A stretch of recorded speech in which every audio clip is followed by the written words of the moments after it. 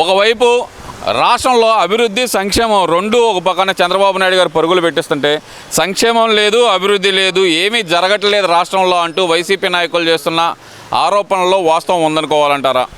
వాళ్ళు అన్నీ అసత్యాలు మాటలే కానీ వాళ్ళకి నిజమైన మాటలు మాట్లాడటం వాళ్ళకి తెలియదు. నిజం మాట్లాడటం తెలియని పార్టీ వైసీపీ పార్టీ అండి. పార్టీ అంటే వైసీపీని చేదరించుకున్నారు ఇవాళ పార్టీని. ఎందుకంటే నిన్న తల్లికి వందనం పడిన తర్వాత ఎంతోమంది నాగులన్నా నిన్నెన్నో మాటలు గతంలో అన్నావు, ఇవాళ మాకు చాలా ఆనందంగా ఉంది. మా ఇంట్లో ఎంతమంది ఉంటే అంతమంది పిల్లలకు వచ్చింది అన్న ఇవాళ. నిన్న నేను బార్బార్ షాప్కి వెళ్తే ఆ పిల్లగాడికి 3 పిల్లలు కావాలంటే ఎక్కడో తెలుసా, కొరటిపాడు ఆంజనేయ స్వామి గుడి ఎదురు 3 వాళ్ళకి 3 పిల్లలకి అంత గతంలో పడలా. ఇవాళ నాగులు గారు నువ్వు చేసిన కష్టానికి చంద్రబాబు నాయుడు గారు మాకు 3 పిల్లలకి తల్లికి వందనం పడినాడు. నాగులు గారు గడ్డం చేస్తా ఆయన ఏమన్నాడంటే అబ్బబ్బా ఎంత సంతోషంగా ఉన్నాడంటే అంత సంతోషంగా ఉన్నాడు. వాళ్ళ నాన్న కూడా అబ్బా నాగులు గారు ఇంక వాడు పార్టీ అండి. అంటే వైసీపీ పార్టీ అనేది ఒక చీదరైన పార్టీ అండి. దానికి ఇలువ లేదండి. ఇంకా వాడు ఒక్కడికి ఇచ్చే ఎన్నో బాధలు పెట్టాడండి. ఇవాళ అందరికీ ఇచ్చాడండి చంద్రబాబు నాయుడు. 3 పిల్లలకి ఇచ్చినాడు. మేము గర్వంగా చెప్పుకుంటున్నాం సార్ ఇవాళ. ఎందుకంటే మా జీవితాలు రేపటి నుంచి వెలుగులకు వస్తాయని ఇంకా మేము రేపొద్దున మా బిడ్డలకి బంగారు భవిష్యత్తు ఉంటుందని కూడా ఒక నమ్మకం ఏర్పడింది ఇవాళ. అతి తక్కువ టైంలో ఒక్కోటి ఇచ్చుకుంటూ వచ్చిన నాయకుడు ఎవరయ్యా అంటే చంద్రబాబు నాయుడు. గతంలో మన 5 ఏళ్ళు తప్పు చేసాం, ఇవాళ మనం ఆ తప్పును సరిదిద్దుకున్నాం కాబట్టి ఇవాళ మన జీవితాలు బంగారు బాటలోకి వచ్చేసినాయి.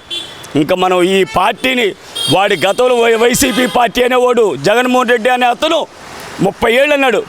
చంద్రబాబు నాయుడు గారికి ఆ తెలుగుదేశం పార్టీకి ఆ కూటమి పార్టీకి 30 ఏళ్ళు తిరుగులేదు. ఎందువల్ల అంటారు? ఇప్పుడైతే కనుక ముఖ్యంగా చెప్తున్నాను, చాలామందికి తల్లుల ఖాతాల్లో డబ్బులు పడలేదు. ఊరగా మెసేజ్లు వచ్చినాయి కానీ ఎంతమంది పిల్లలు ఉంటే అంతమంది పిల్లలకి ఇవ్వట్లేదు, ఒక్కళ్ళకే ఇస్తున్నారు.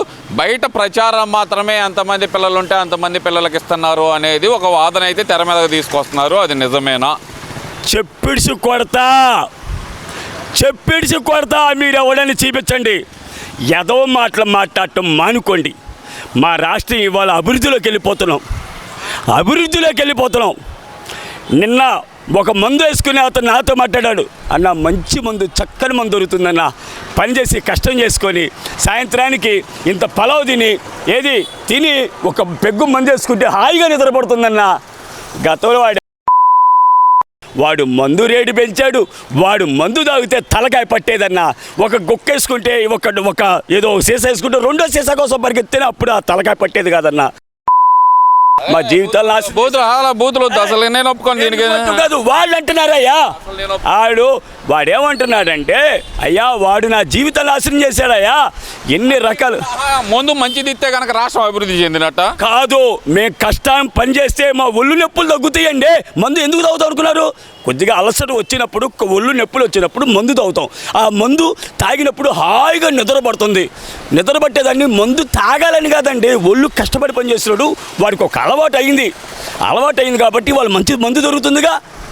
అది మేము చదువుతున్నాం నాగులు గారు. మేము ఎంతోమంది వేల మందితో తిరుగుతాం కాబట్టి నాకు దాని విలువ తెలుసు అండి. రాష్ట్రంలో అసలు అభివృద్ధి ఏం జరగట్లేదు అంటున్నారు మరి.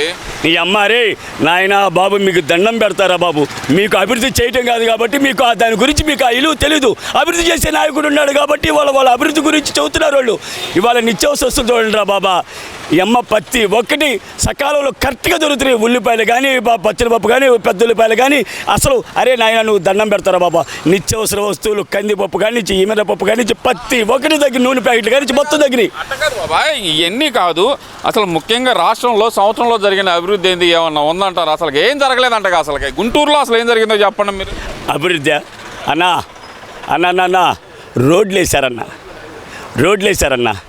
రోడ్లు వేస్తే నేను ప్రయాణం చేస్తానన్నా. గతంలో గుంతలో పడితే ఏ నడువు నొప్పి వస్తుందో తెలియదు, ఏ కింద పడితే ఏ కాలు ఇరుగుతుందో తెలియదన్నా. మళ్ళీ ఆ గుంత తప్పించడానికి ఏరేవాడు గుంతపోతామన్నా. ఏరేవాడు తెలితే వాడి అమ్మవాడు ఎక్కని కొట్టుకునేవాడు అన్నా గతంలో. ఇవాళ ఆ గుంతల రోడ్లు పూడ్చి ఎంత బాగా చేస్తే ఇవాళ మేము చక్కగా రోడ్డు మీద వెళ్తుంటే మమ్మల్ని చూసి అయ్యా మేము ఈ రోడ్డు వేసిన తర్వాత మేము ఎంత చక్కగా ప్రయాణం చేయగలుగుతున్నాం. అంటే రోడ్లు ఒక్కటైతే అభివృద్ధి చెందినట్టేనాక రోడ్లు ఏంటంటే నీకు పిల్లలకు వందనం వేశాడు, అతి తక్కువ టైంలో రాజధాని నిర్మాణం చేస్తాడు, పోలవరం కడుతున్నాడు, నీ కళ్ళకి కనబడతలేదా? ఇదిగో పంట కాలువలు తవ్వుతున్నాడు, గోళ్ళలో ఏడ చేస్తున్నాడు, ఏం చేయట్లేదు, మొత్తం దాచుకో తిన్నుకో అంటున్నారు అంటగా. కళ్ళు లేని కపోదోడికి వాడికి అదే కనబడుతుంది, దోసుకునే వాడికి ఆ మాటలే వస్తాయి, అభివృద్ధి చేసే వాళ్ళకి ఇవన్నీ పనికి వస్తాయి. ఎన్ని చేస్తున్నారండి? దొంగకి ఏం తెలుస్తుంది? వాడు ఏ మంచి పని చేయాలని చేయడు, వాడు దొంగతనానికి వెళ్ళే అబ్బా అక్కడేదో ఉందిరా దీని తల్లి అది కాజేద్దాం అనుకుంటాడు. అతను దొంగ. అభివృద్ధి నాయకుడు చంద్రబాబు నాయుడు, అభివృద్ధి చేయటం చేతగానేవాడు జగన్మోహన్ రెడ్డి. వీళ్ళిద్దరికి తెలిసి ఎవరు మెచ్చుకోవాలంటే ఇలా ప్రజలు 30 ఏళ్ళు చంద్రబాబు నాయుడు గారు కావాలి. మా భూములు విలువ పెరిగినాయి, మా జీవితాలు బాగుపడి, మా పిల్లలు ఇవాళ కాలేజీలో చదివించుకుంటున్నాం, మంచి కాలేజీల్లో మా భూములు పెరిగినాయి. ఇక్కడే కదండి చుట్టుపక్కల భూములు పెరిగినాయండి. వాడికి తెలిసో తెలియకో ఒక 4 నెలల నుంచి మందంగా ఉండొచ్చు. ఎందుకంటే ఒక్కసారి 5 రెట్లు పెరిగింది. 30 లక్షలు కొన్న భూమి 1 కోటి రూపాయలు అమ్మింది, 1,50,00,000 అమ్మింది. ఏంటనుకున్నారు? ఇవాళ ప్రజలు ఆనందంగానే ఉంటారు. ఒక 5 నెలలు మంగం వచ్చినప్పుడు అశుద్ధితో ఉంటుంది. అలా అది కాదు, రోడ్లు వేయటం వల్ల ప్రజలకు ఏం ఉపయోగం ఉంది, పేదవాడికి ఏం ఉపయోగం రోడ్డుతోటి? వాడికి పథకాలు ఇస్తేనే కదా అంటున్నారు కదా, పథకాలు ఏమి ఇవ్వకుండా ప్రజల్ని ఇబ్బంది పెడుతున్నారు అనేది ప్రధానమైన వాదన. మరి ఇస్తా అన్న తల్లికి వందనం కూడా ఒకళ్ళకో అరకో కొరకో ఇస్తున్నారు. అలాగే ఇస్తానన్న ఆడబిడ్డ నిధి 1500 ఇవ్వట్లేదు. ఏదైతే కనుక ఈ ఉచిత బస్సు అన్నారు, ఉచిత బస్సు ఇవ్వట్లేదు. అసలు ఏమీ చేయట్లేదు చంద్రబాబు నాయుడు అనేది ప్రధానమైన ఆరోపణ. మరి 4,000 పింఛను, ఇదొక చరిత్ర. 4,000 పింఛను ఒక చరిత్ర, తల్లికి వందనం ఒక చరిత్ర. చంద్రబాబు నాయుడు గారిని జీవితాంతం గుర్తుంచుకునేది ఇదే తల్లికి వందనం. గతంలో జగన్మోహన్ రెడ్డి అబ్బా అతని గురించి నాకు మాట్లాడుతుంటే పాములు తేళ్ళు ఒంటి మీద పాకున్నట్టుండే. ఒకరికేసి బట్టన్ నొక్కాననేవాడు. వాడు బట్టను కాదు నొక్కింది, వాడు జనాలు గొంతు నొక్కాడు. 4 ఏళ్ళలో ఒకసారి 6,000 7,000 ఇచ్చాడు, 3 సార్లు వేసాడండి. ఎంతమందికి వేసాడండి? ఎంతమందికి వేసాడు? వాళ్ళు 3 ఉంటే 3కి వేసాడు, 4 ఉంటే 4కి వేసాడు, 2 ఉంటే 2కి వేసాడు కదండి. ఇంకా అభివృద్ధి ఎందుకు చెందదండి? నిన్న ఒక్కొక్కరు ఎంత సంతోషంగా చెప్పుకున్నారు, అంత సంతోషంగా చెప్పుకున్నారు. ఇంతకన్నా కావాల్సినది ఏముంది?